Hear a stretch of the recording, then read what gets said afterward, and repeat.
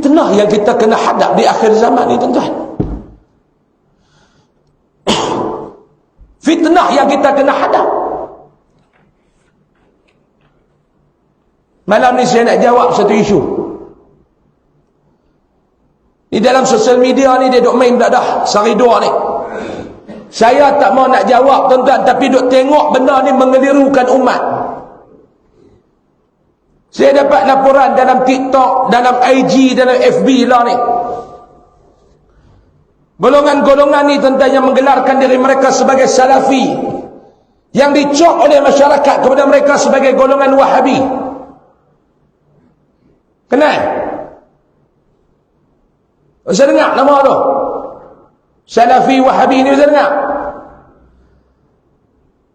Mula pula duk petikai ni, duk pecah belah pula umat ni. Hari ni mereka duk hantar kat saya 2-3 video.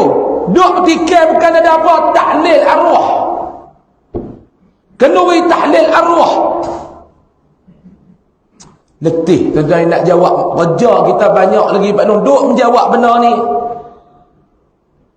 Kerja kita banyak lagi tuan-tuan duk menjawab benda ni. Ni yang saya kata ni tuan-tuan, fitnah akhir zaman yang kita kena hadap.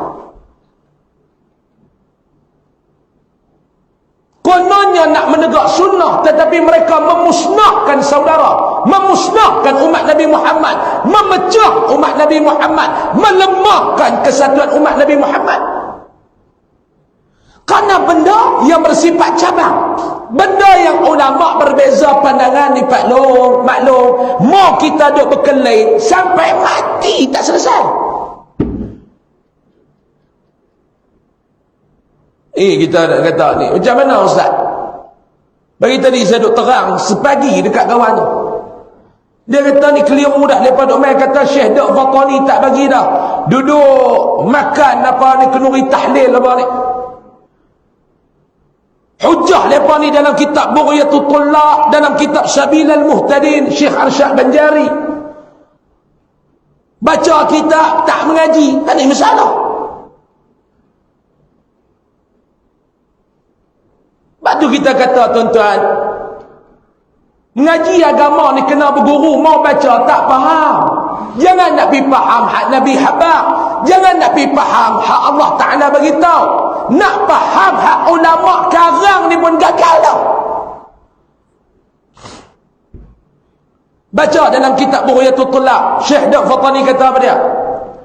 Dan makruh lagi bid'ah bagi orang yang kematian membuat makanan lalu menseru atas manusia memakan dia, sama ada dahulu daripada menanam ia atau kemudian daripadanya, seperti yang diadatkan oleh kebanyakan manusia.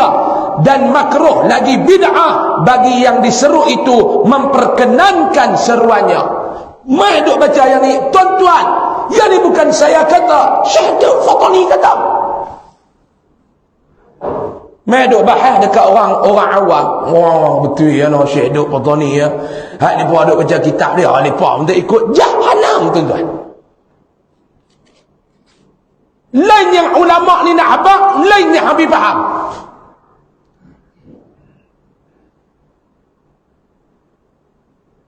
Kitab Bughyatul Tullaq, kitab Sabilal Muhtadin, kitab Furu'ul Masail.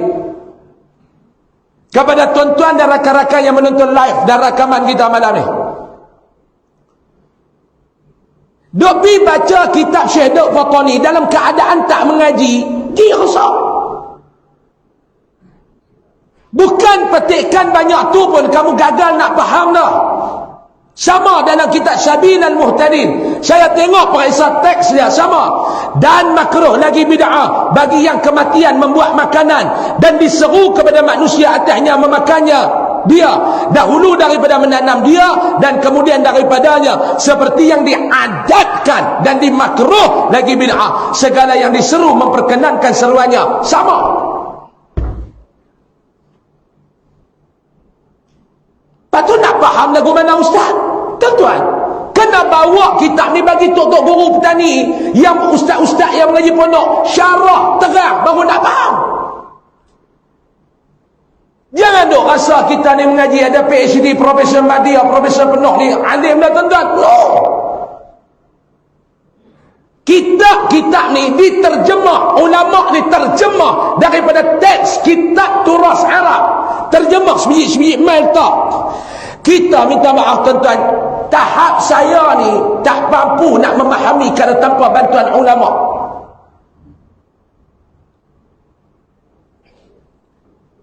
Nak faham ni lagu mana, kena tanya Tok Guru, kena bawa kitab ni pergi ke Tok Guru. Ni nak faham lagu mana Tok Guru.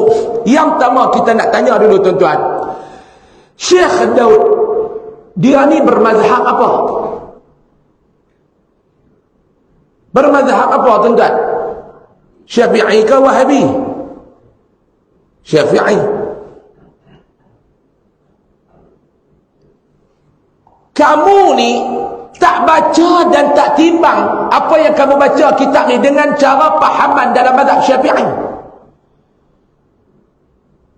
Baik, Syekh Daud Batani kata apa? Dan makruh lagi bid'ah. Ambil satu dulu. Dan makruh lagi bid'ah. Makruh ni makna apa dia? Kalau makruh ni karahah, benda yang dilarang, dibenci dan tak disukai. Ataupun lebih faham di sisi Imam Syafi'i, kita nak faham lagu mana? Tidak disunatkan melakukannya. Tu makna makruh. Adakah makruh ni haram? Adakah perbuatan makruh ni kalau kita buat jadi berdosa? Dalam mazhab Imam Syafi'i pula, makruh ni terbahagi kepada dua. Yang pertama nama dia makruh tanzih, yang kedua namanya makruh tahrim. Baca kitab ulama Syafi'i, Imam Syafi'i, kena syarah cara kefahaman Imam Syafi'i. Jangan baca kitab ulama Imam Syafi'i, mazhab Syafi'i, pi syarah cara Wahabi. Tak tu duk pi bubur keruh tak kena nak. Duk pi pasang sekeruh tak kena nak. Saya 20 duk pi rojah, saya 8 tak masuk. Saya 8 duk pi rojah ke dekat nak sekeruh. Saya 20 hanya nak rojah tak masuk. Baca kitab-kitab karangan ulama mazhab Syafi'i, duk pi syarah dan faham cara Wahabi tak kena. Duk pi pasang nak tak kena sekeruh. Nak faham dia lagu mana? Dan makruh lagi bid'ah. Bukan haram, tapi makruh. Makruh ni pula makruh mana? Makruh tanzih ataupun makruh tahrim? Makruh ringan ataupun makruh berat? Oh, ada makruh ringan, makruh berat Zat? Ada. Makruh ringan, contoh antaranya minum guna tangan kiri, makruh tapi tanzih. Kena tetap dulu ni. Hak kita nak baca ni. Okey, makruh ada dua. Dan bid'ah. Kamu faham bid'ah semua masuk neraka, sesat masuk neraka. Tapi Imam Syafi'i kata bid'ah ada dua. Ada yang baik, ada yang jahat. Ada yang hasanah, ada yang dalalah. Ini menurut pandangan Imam Syafi'i. Dan kita pegang pandangan tu. Bid'ah dalam teks kitab ni, bid'ah yang mana? Yang hasanah ke yang dalalah? Kena letak dulu. Nak kata makruh, nak letak makruh mana? Tahrim ataupun tanzih? Tanzih ataupun tahrim? Nak kata bid'ah, nak letakkan bid'ah hasanah ataupun bid'ah dalalah? Jangan pukul rata lagu tu. Faham? Okey. Bagi orang yang kematian, bid'ah makruh dan bid'ah bagi orang yang kematian menseru atas manusia memakan dia, sama ada dahulu daripada menanam ataupun kemudian. Buat kenuri, kebiasaan orang kampung, orang masyarakat kita tuan-tuan. Pak dia meninggal malam ni, esok baru nak ke bumi. Siapa dia nak pergi korek liang pukul 3 pagi, kian korek liang pun lari. Kata dia boleh korek dah pukul 2 pagi, dia kata korek cerah esok lah. Duk korek malam-malam ni tak ada, duk main duk tegur ke belakang dengan kami pula tuan. Meninggal pukul 9.30 malam, dia tak ke bumi pukul 3 pagi. Kurang-kurang pukul 11 pagi esok dia sembahyang.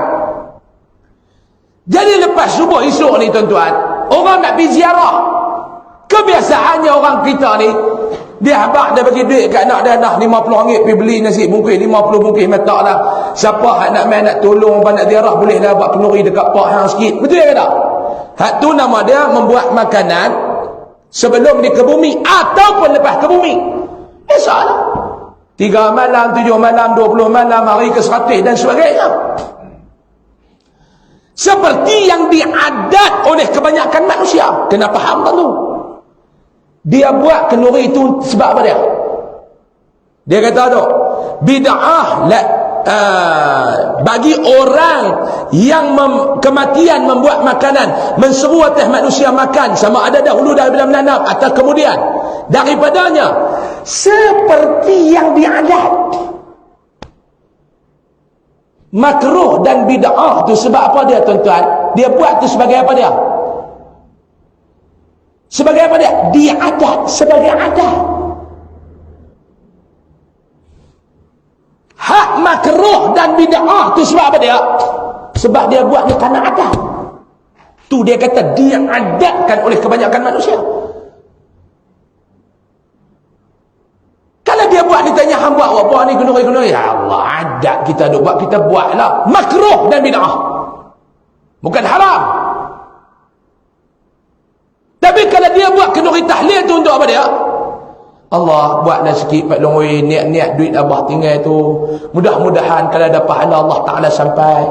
Lepas tu kita panggil pula orang-orang kampung man ni Pak Long, bolehlah duk berzikrillah sikit, duk meratib, duk baca ayat Quran Pak Long, kalau ada pahala di sisi Allah, minta Allah Ta'ala sampai. Hak tu jumhur ulama kata sunat.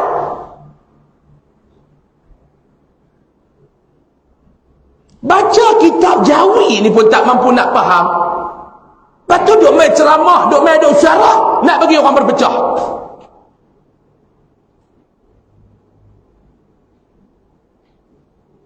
Tidak ada satu nas yang kuat buat ni tuan-tuan haram.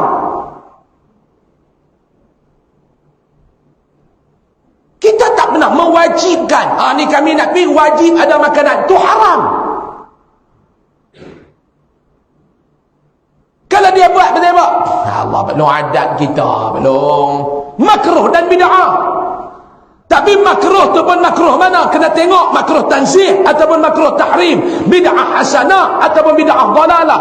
Baca, sebab tu saya nak kata, bila kita baca kitab-kitab karangan ulama-ulama mazhab Imam Syafi'i, kena faham cara fahaman mazhab Syafi'i. Jangan baca kitab dalam mazhab Syafi'i pi faham cara Wahabi.